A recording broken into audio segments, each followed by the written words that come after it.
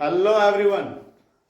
आज हम लोग डेप्रिसिएशन में एक सवाल बनाएंगे जहां पर कि एसेट पे स्ट्रेट लाइन मेथड से डेप्रिसिएशन चार्ज हो रहा है। तो इस पर एक सवाल बनाते हैं। सवाल मैंने पहले से लिख रखा है। अ मशीन वाज परचेज फॉर ₹95,000। एक मशीन खरीदा गया 95,000 में ऑन 1 अप्रैल 2018। 1 अप्रैल 2018 को एक मशीन खरीदा गया। कितने में खरीदा गया? 95,000 में। And 5,000 spent on it's installation. इसके इंस्टॉलेशन पे 5,000 रुपए खर्च किए गए। यानी मशीन हमारा कितने का होगा? मशीन 95,000 का नहीं, मशीन 1,00,000 रुपए का। मैंने आपको बताया है कि कोई फिक्स्ड एसेट खरीदा और उस पर उसी समय जो सारे खर्च किए जाते हैं उससे एसेट का वैल्यू को ही बढ़ा दिया जाता है। तो एसेट हमारा कितने का हो गया? 1,00,000 रुपए का। Prepare machine account for 3 years. हमें मशीन अकाउंट बनाना है 3 साल के लिए। Depreciation is charge at the rate of 10% per annum. Depreciation जो चार्ज किया जाता है पर एनम सालाना 10% के दर से किया जाता है ऑन स्ट्रेट लाइन मेथड। कौन सा मेथड? स्ट्रेट लाइन मेथड से। ठीक है। तो ईयर एंड्स ऑन 31 मार्च। साल जो समाप्त होता है कब होता है? 31 मार्च को। तो भाई सबसे पहले हम लोग फॉर्मेट खींच लेते हैं लेजर का, अकाउंट का। हमें बनाना है एसेट अकाउंट। एसेट में कौन सा एसेट है? ये मशीन। मशीन अकाउंट बनाना है तो पहले फॉर्मेट खींच लिया। ठीक है। और थोड़ा ऊपर से लेते हैं।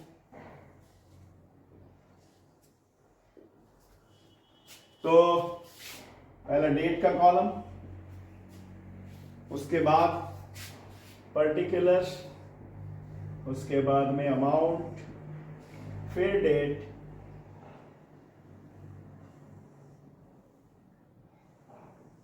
पर्टिकुलर्स और amount.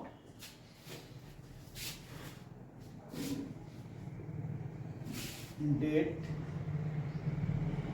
Particulars, amount, date, particulars और अमाउंट। डेबिट और ये क्रेडिट। क्या बना रहे हैं हम लोग? मशीनरी अकाउंट, मशीन का खाता। यहां पे लिख दिया मशीनरी अकाउंट। ठीक है। अच्छा, इसमें ये समझना है कि जब जब हमारा, चूंकि पहले ये देख लेते हैं कि एसेट का क्या नेचर होता है। मशीन एसेट का नेचर होता है डेबिट। तो जब जब वो बढ़ेगा तो डेबिट, जब घटेगा तो क्रेडिट। मतलब वो सारे कारण जिससे वो बढ़ रहा है उसे डेबिट में लिखेंगे और वो सारे कारण जिससे वो घट रहा है उसे क्रेडिट में लिखेंगे। तो अभी हमने क्या है कि मशीन खरीदा है 95,000 में। खरीदा तो मशीन हमारे पास आया, बढ़ रहा है तो इसे डेबिट में लिखेंगे। कब खरीदा है भाई? तो 2018 में अप्रैल 1 को खरीदा।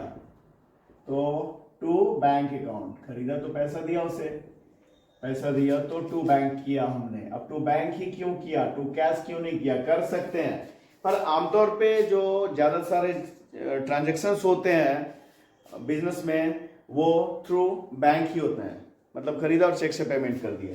तो इसलिए हमने बैंक लिखा। कैश भी लिख सकते हैं। तो टू बैंक अकाउंट 95,000। उसके बाद है 5,000 स्पेंट ऑन इट्स इंस्टॉलेशन। इसके इंस्टॉलेशन पे 5,000 चार्ज किए, 4,000 रुपए लगे। तो ये 4,000 से भी हमें एसेट का वैल्यू ही हमारा बढ़ा। तो बढ़ा तो भाई डेबिट में। टू बैंक अकाउंट कितना? 5,000। ये इंस्टॉलेशन चार्ज मिलाकर ये 1,00,000 का सामान हो गया। मतलब अगर हमें डेप्रिसिएशन चार्ज करना है तो 1,00,000 पे करना है, 95,000 पे नहीं करना है। अब ये साल पूरा होगा, कब होगा? अब साल भर ये यूज हुआ तो इसका वैल्यू डेप्रिसिएट हुआ। साल भर हमने इसका यूज किया, इस्तेमाल किया तो इसका वैल्यू डेप्रिसिएट करेगा। कितना करेगा भाई? 10% पर एनम। कौन सा मेथड से? तो स्ट्रेट लाइन मेथड से। तो स्ट्रेट लाइन मेथड में क्या है? डेप्रिसिएशन का अमाउंट हर साल सेम रहता है। इसलिए रहता है क्योंकि हमेशा ओरिजिनल कॉस्ट पे डेप्रिसिएशन चार्ज किया जाता है। यहां ओरिजिनल कॉस्ट कितना है? 1,00,000। 1,00,000 का 10% 10,000।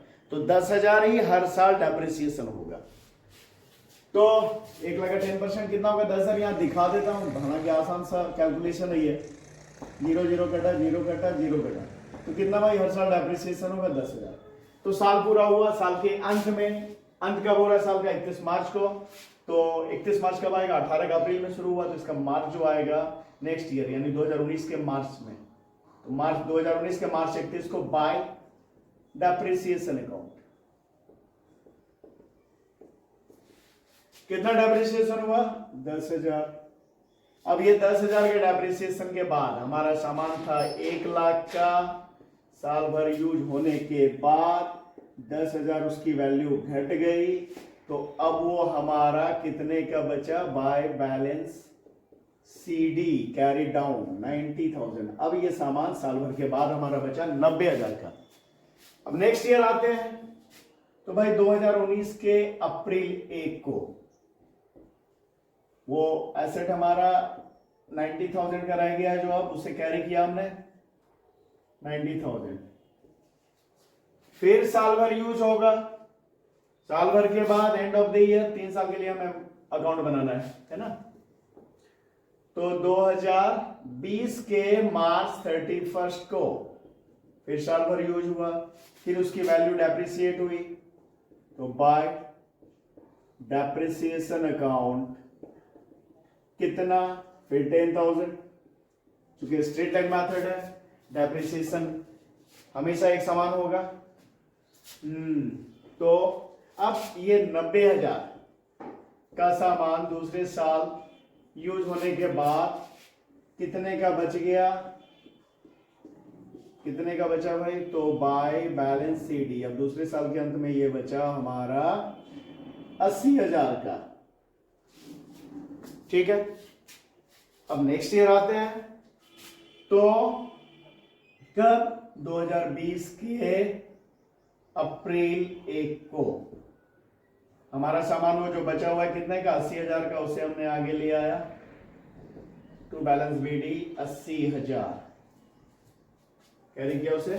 अब 2020 का जो अंत होगा कब होगा, 2021 के मार्च 31 को होगा।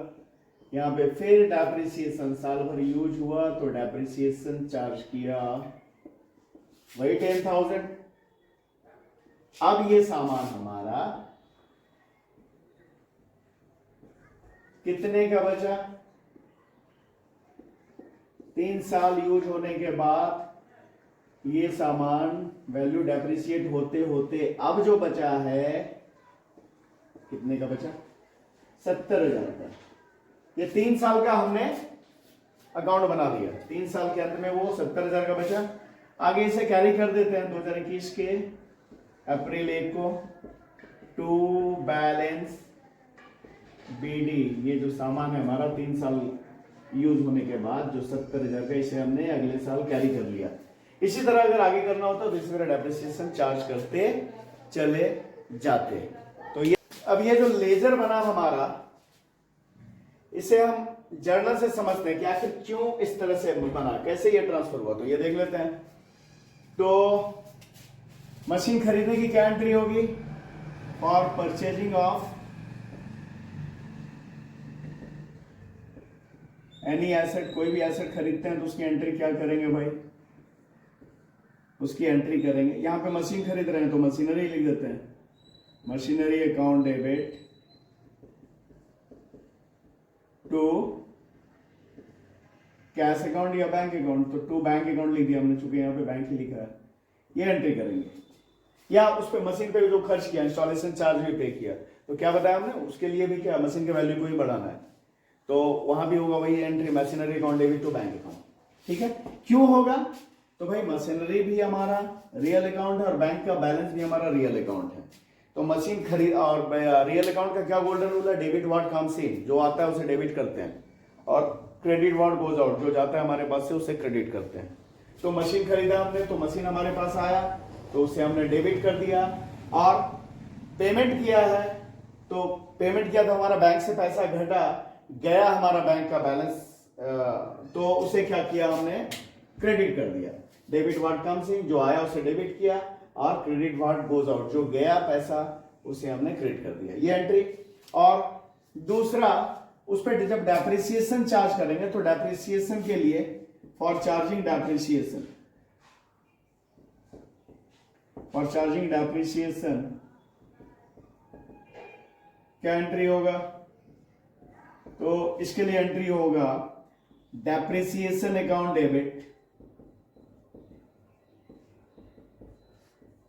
Depreciation account debit to machine पे डेप्रिसिएशन हो रहा तो मशीनरी अकाउंट, जिस एसेट पे हो रहा है depreciation, depreciation account debit to asset account होता है एक्चुअली।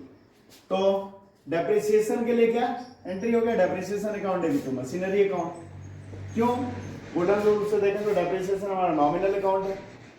नॉमिनल अकाउंट में क्या? Debit all expenses and losses. तो डेप्रिसिएशन हो रहा है इसलिए इसे हमने डेबिट किया, और मशीन का वैल्यू हमारा इससे घट रहा है, मशीन हमारा रियल अकाउंट है तो घट रहा है, तो इसे हमने क्रेडिट किया। तो एंट्री क्या हुआ? मशीन खरीदने का entry machinery account debit to bank account, और मशीन पे डेप्रिसिएशन चार्ज करने का एंट्री हुआ हमारा depreciation account debit to machinery account. और अगर इसे लेजर में ट्रांसफर करने की बात हुई, जर्नल से लेजर बनाने की, तो क्या बनेगा भाई? हम मशीनरी का अकाउंट बना रहे हैं, मशीनरी अकाउंट बना रहे हैं, तो भाई यहाँ पहले एंट्री में मशीनरी है, मशीनरी कहाँ है? डेबिट में है, तो डेबिट में लिखेंगे क्रेडिट वाला। तो डेबिट में लिखा हमने क्रेडिट वाला, machinery account debit to bank account. तो ये 95,000 इस तरह यहाँ पे आया, डेबिट में टू बैंक लिखा हमने, और फिर खर्च हुआ उसके लिए भी सिमिलर एंट्री होगा, तो वही होगा machinery account debit to bank account. तो ये हमने किया। और डेप्रिसिएशन के लिए depreciation account debit to machinery account, तो यहाँ पे हम मशीनरी अकाउंट बना रहे हैं, मशीनरी कहाँ है? क्रेडिट में है, तो क्रेडिट में लिखा हमने बाय डेप्रिसिएशन अकाउंट। तो इस तरह से ये बना। ठीक, तो इस वीडियो में इतना ही। अगले वीडियो में अलग अलग कुछ और सवाल इसी स्ट्रेट लाइन मेथड से हम लोग बनाकर देखेंगे।